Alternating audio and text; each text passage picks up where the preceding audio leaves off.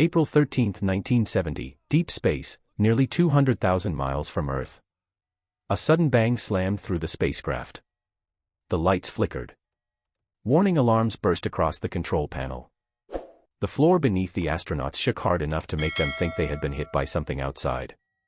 Then the oxygen numbers started falling. Fast. Inside the spacecraft, the crew looked at each other in silence for a split second. Nobody understood what had just happened. But they all knew one thing immediately. Something was terribly wrong. Commander Jim Lovell stared at the instruments as more warning lights appeared. Beside him, Jack Swigert checked the electrical systems while Fred Hayes searched for the source of the problem. Then Swigert radioed the words that would become famous around the world. "Houston, we've had a problem." Back on Earth, inside Mission Control in Houston, engineers suddenly stopped talking. Flight controllers leaned toward their screens. Oxygen tank pressure was dropping rapidly. And it wasn't stopping. April 11, 1970, Kennedy Space Center. Just 2 days earlier, Apollo 13 had launched into space in front of huge crowds and television cameras. But compared to earlier moon missions, public excitement had faded. Many people believed landing on the moon had already become routine. For the crew, though, this mission still meant everything.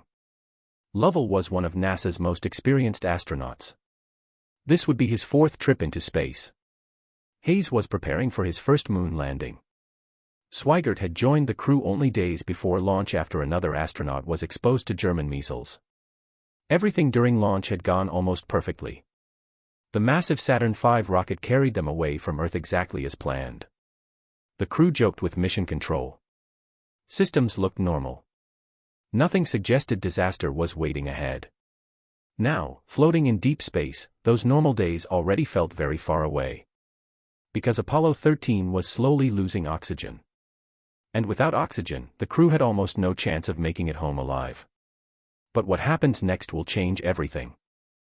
At first, Apollo 13 looked like another perfect mission. Inside Mission Control in Houston, flight controllers watched rows of comm numbers move across their screens. The spacecraft was stable. Fuel levels looked good. Navigation stayed precise. From the outside, everything seemed normal. Too normal. By 1970, America had already landed astronauts on the moon twice. The excitement that once stopped the world was fading. Television networks even interrupted live coverage during parts of the mission because people no longer saw moon flights as shocking news. Apollo 13 was starting to feel routine. But space was never routine. Commander Jim Lovell understood that better than anyone on board. He had already flown 3 missions before this one. Calm, experienced, and respected across NASA, Lovell knew how quickly things could go wrong in space. Still, this mission mattered deeply to him. He had come close to the moon before during Apollo 8, but never landed. Apollo 13 was supposed to finally place him on the lunar surface. Beside him, Fred Hayes trained for years for this moment. Unlike Lovell, this would be Hayes' first trip into space. He was excited, focused, and determined not to make mistakes. Then there was Jack Swigert. Only days before launch, NASA replaced astronaut Ken Mattingly after doctors feared exposure to German measles. Swigert was suddenly pushed into one of the most dangerous jobs on Earth with very little time to prepare alongside the crew. Even so, the astronauts adapted quickly. That was part of NASA training. Every movement inside the spacecraft followed schedules, checklists, and careful procedures. The astronauts practiced emergencies constantly on Earth. Fire. Power loss. System failures. Communication blackouts. But nobody trained for exactly what was about to happen. Far below them, Earth slowly shrank into darkness as Apollo 13 traveled deeper into space. The crew spent their time checking systems, filming television broadcasts, and preparing for the planned moon landing near the Framara region. The spacecraft itself looked incredibly complex. But survival depended on a few critical systems working perfectly.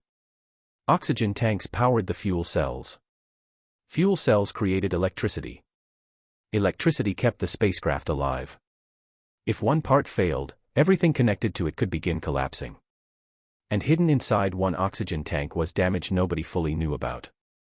Years earlier, the tank had been accidentally dropped during testing on Earth. Repairs were made. The tank passed inspections. NASA believed it was safe. But deep inside the metal wiring, danger remained. The crew had no idea. As Apollo 13 moved silently through the darkness, Mission Control sent a routine instruction to the astronauts. Stir the oxygen tanks. A simple command. One done many times before. And this is where things take a turn. April 13, 1970, nearly 56 hours into the mission. Apollo 13 drifted quietly through deep space. Inside the command module, the crew moved through another normal evening. Systems checks were routine. Conversations with Mission Control sounded relaxed. Nothing suggested the spacecraft was seconds away from disaster. Then Mission Control asked the crew to perform a standard procedure. Stir the oxygen tanks. The tanks use small fans to mix the oxygen inside. It was something astronauts had done many times before without problems. To the crew, it felt like another simple task on a long checklist. Jack Swigert flipped the switch. Seconds later, a violent bang exploded through the spacecraft. The entire ship shook hard. Lovell later said it felt like being hit by something massive from the outside. Warning lights instantly flashed across the control panels. Alarms filled the cabin. One by one, electrical systems began failing. For a moment, nobody spoke. The astronauts stared at the instruments, trying to understand what they were seeing. Then the numbers became impossible to ignore. One oxygen tank showed zero pressure. The second tank was dropping fast. Commander Jim Lovell floated toward a small window and looked outside. At first, he thought they might be venting normal gas into space. Then he saw it clearly. A steady stream of oxygen was blasting out into the darkness. The spacecraft was leaking life support into space. Back in Houston, Mission Control began checking the data again and again. Some engineers thought the instruments had failed. Others feared something much worse. Then more systems started dying. Fuel cell 3 shut down first. Then another fuel cell weakened. The fuel cells depended on oxygen to create electricity. Without oxygen, the spacecraft would slowly lose all electrical power. And without power, the astronauts would lose navigation, heat, water systems, and communication. The moon landing was immediately cancelled. Nobody even discussed it. Survival became the only mission now. Inside Apollo 13, the crew worked through emergency checklists as calmly as possible. But the situation kept getting worse. Pressure continued falling. Electrical reserves drained rapidly. The astronauts knew the command module could not stay alive much longer. NASA Flight Director Gene Kranz ordered his teams to focus on one thing only. Bring the crew home. But there was a terrifying problem. The command module was designed to support the astronauts during re-entry into Earth's atmosphere. If they used up all its power now, there would be nothing left later to survive the return home. So NASA faced an impossible decision. Shut down the main spacecraft in the middle of deep space. Or lose the crew completely. Meanwhile, the astronauts floated farther from Earth with every passing minute. Cold darkness surrounded them on all sides. No rescue mission could reach them. No spacecraft waited nearby. They were completely alone. Then someone inside Mission Control suggested one desperate idea. Use the lunar module as a lifeboat. But surviving inside it would create a whole new set of dangers. And with every passing minute, the spacecraft was slowly dying. The lunar module was never designed to keep 3 astronauts alive for days. It was built for 2 men. And only for a short stay on the moon. Now NASA wanted to use it as a lifeboat in deep space. Inside Mission Control in Houston, engineers worked through calculations at terrifying speed. The damaged command module was losing power too quickly. If the astronauts stayed inside, they would drain the batteries needed later for re-entry into Earth's atmosphere. That could kill them all. So the crew moved into the lunar module Aquarius. The tiny spacecraft suddenly became their only chance of survival. Jim Lovell and Fred Hayes already knew the lunar module systems well. But now they had to stretch its limits far beyond anything NASA had planned. 3 men. 4 days. Almost no margin for error. Every watt of electricity mattered. Every drop of water mattered. The astronauts began shutting down the command module piece by piece. Lights disappeared. Systems powered off. The spacecraft slowly went dark and cold. Until finally, most of the command module sat lifeless behind them. For astronauts trained to trust their spacecraft completely, the silence felt disturbing. Meanwhile, Aquarius stayed barely alive. The crew reduced power to the lowest possible level. Cabin temperatures began falling fast. Condensation formed on the walls. Equipment became freezing to the touch. At times, the temperature inside dropped close to 38 degrees Fahrenheit. The astronauts started wearing extra clothing just to stay warm. Water quickly became another problem. Fuel cells in the damaged service module normally created drinking water as a byproduct. But with the fuel cells failing, water supplies became dangerously limited. NASA ordered strict rationing. The crew drank only small amounts each day.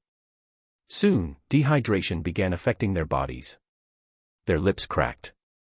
Their throats dried out. Fatigue grew worse hour by hour. And still, the spacecraft continued drifting farther into space. To save fuel, astronauts manually performed delicate engine burns using visual alignment through the windows. Even tiny navigation mistakes could send Apollo 13 too far away from Earth, or directly into the atmosphere at the wrong angle during re-entry. One mistake meant death.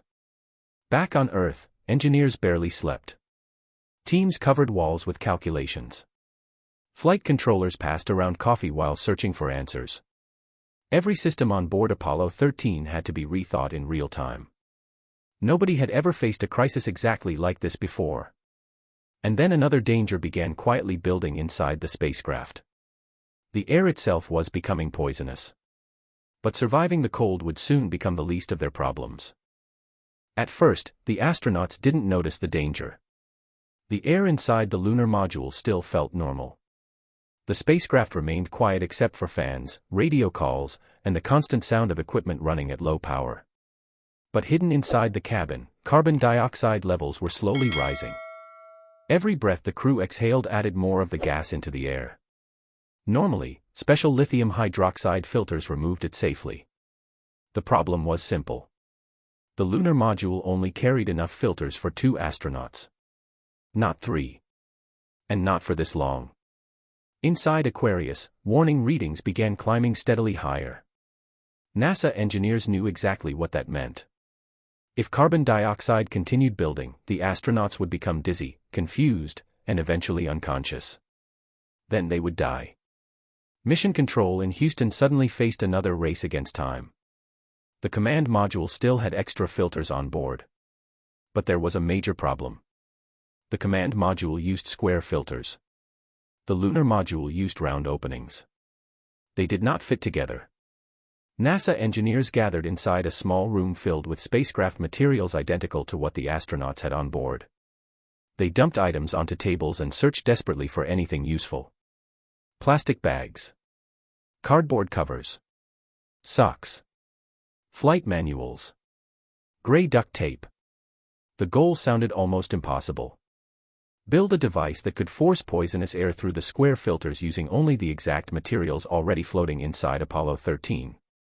No extra tools. No replacement parts. No second chance. Hour after hour, engineers tested designs while astronauts waited inside the freezing spacecraft. Finally, the team created a rough solution. It looked messy. But it might work. NASA radioed instructions up to the crew step by step. Jack Swigert, Fred Hayes, and Jim Lovell carefully assembled the strange device by hand. Tape sealed the edges. Plastic bags directed airflow. Cardboard held everything together. The astronauts worked slowly, exhausted from cold temperatures, stress, and dehydration. Even simple tasks felt harder now. Their bodies were weakening. Then they switched the system on. Mission Control watched the numbers. Slowly, carbon dioxide levels stopped rising. Then they started falling. Cheers erupted across NASA control rooms. For the first time since the explosion, the astronauts had survived one of the mission's deadliest threats. But Apollo 13 was still far from safe. Food supplies were shrinking. The cabin remained freezing. And ahead of them waited the most dangerous phase of all, getting home alive. For the first time since the explosion, there was a small sign of hope. Apollo 13 was no longer heading toward a moon landing. Now it was falling around the moon just to survive. The astronauts watched the gray lunar surface drift silently beneath them through the spacecraft windows. Huge craters stretched across the darkness below. This was the moment they had trained years for. But nobody celebrated. Jim Lovell later described seeing the moon so close, while knowing they could never land there. The mission had completely changed. Apollo 13 now followed a free return trajectory, using the moon's gravity to sling the spacecraft back toward Earth. NASA hoped the path would bring the astronauts home without using too much fuel. Every decision still carried enormous risk. Inside the lunar module Aquarius, conditions kept getting worse. Electrical power remained critically low. The astronauts avoided turning on unnecessary equipment. Even lights stayed dim whenever possible. The cold became brutal. Water droplets covered the walls and floated through the cabin. The astronauts slept poorly in heavy clothing, often shivering through the night. Frost formed on some surfaces inside the spacecraft. Food barely mattered anymore. The crew focused mostly on conserving water. Each astronaut received only tiny amounts per day. Dehydration started affecting their concentration and energy. Fred Hayes became especially sick, developing a painful urinary infection during the journey. But there was no medical help. No rescue ship. No emergency return button. Only Earth, still thousands of miles away. Back in Houston, NASA teams worked non-stop to prepare for re-entry. One terrifying challenge stood above everything else. The command module had been powered down for most of the mission. Nobody had ever restarted one in space after conserving this much energy. And the batteries left inside carried barely enough power to survive re-entry. Engineers spent hours creating entirely new startup procedures. Every switch mattered. Every system had to come online in the perfect order while using the smallest amount of electricity possible. One wrong move could drain the batteries completely. If that happened, the command module would become a dead shell before reaching Earth's atmosphere. Meanwhile, millions of people across the world followed the crisis closely. Television networks returned to non-stop coverage. Families gathered around radios and TV screens waiting for updates. What began as a forgotten moon mission had suddenly become the most important story on Earth. And inside the spacecraft, the astronauts moved silently through the darkness, trying to stay focused while exhaustion slowly took over. Then NASA gave them the next set of instructions. It was finally time to wake the dead spacecraft. And the hardest part of the mission still waited ahead. As Apollo 13 moved closer to Earth, the crew prepared for the most dangerous stage of the mission. Re-entry. Before that could happen, the astronauts had to leave the lunar module Aquarius and power the command module back to life. The same command module they had shut down days earlier to save energy. Inside the freezing spacecraft, Jim Lovell, Jack Swigert, and Fred Hayes carefully followed NASA's emergency procedures line by line. The checklist was unlike anything used before. Normally, powering up the command module required far more electricity. But engineers in Houston had rewritten the entire process to use the smallest amount of energy possible. The astronauts moved slowly and carefully. One wrong switch.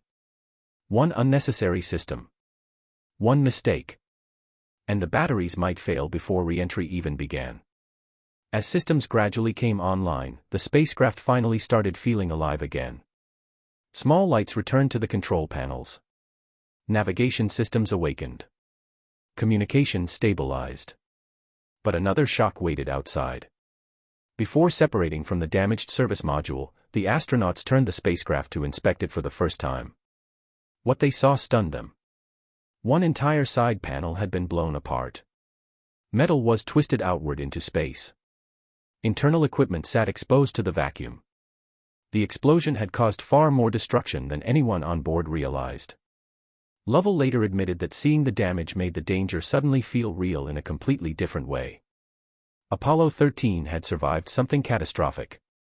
Soon after, the crew separated from Aquarius, the small lunar module that had kept them alive for days. For a moment, the astronauts watched their lifeboat drift away into darkness. Without it, they never would have survived. Now everything depended on the command module. As Apollo 13 slammed into Earth's atmosphere, temperatures outside the spacecraft rose to thousands of degrees. Plasma surrounded the capsule, cutting off radio communication completely. This blackout period was expected. But this time, it lasted longer than normal. Inside Mission Control, nobody spoke much. Controllers stared silently at their clocks. Families waited in fear. Around the world, millions listened for any sign the astronauts were still alive. 1 minute passed. Then another. Still nothing. NASA began worrying the heat shield might have been damaged during the explosion. If it failed during re-entry, the spacecraft would burn apart instantly. Then finally, a voice cracked through the radio. Apollo 13 had survived re-entry. Moments later, parachutes opened high above the Pacific Ocean. 3 massive canopies spread across the sky as the command module slowly descended toward the water. After nearly 6 days in space, Apollo 13 splashed safely into the ocean on April 17, 1970. Against overwhelming odds, all 3 astronauts were alive. But the story of Apollo 13 would become far bigger than survival alone. When the recovery crews reached Apollo 13 in the Pacific Ocean, the mission was already being called a miracle. Just days earlier, NASA feared 3 astronauts might die helplessly in deep space. Now, against nearly impossible odds, Jim Lovell, Jack Swigert, and Fred Haise were finally home alive. But once the celebration faded, investigators needed answers. What actually destroyed Apollo 13? NASA teams spent months studying the damaged spacecraft and reviewing thousands of pages of data. Eventually, investigators discovered a chain of problems stretching back years before launch. One oxygen tank inside the service module had been damaged during earlier handling on Earth. Later, during testing, electrical wiring inside the tank overheated badly.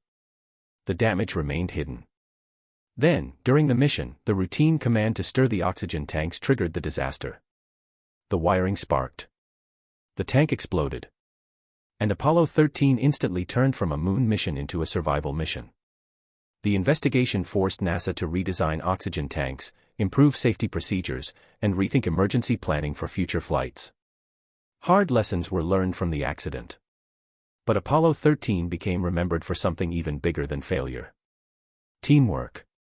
Inside Houston, flight controllers, engineers, mathematicians, technicians, and astronauts worked together almost non-stop for days. Many slept little or not at all. Every calculation mattered. Every decision carried lives behind it.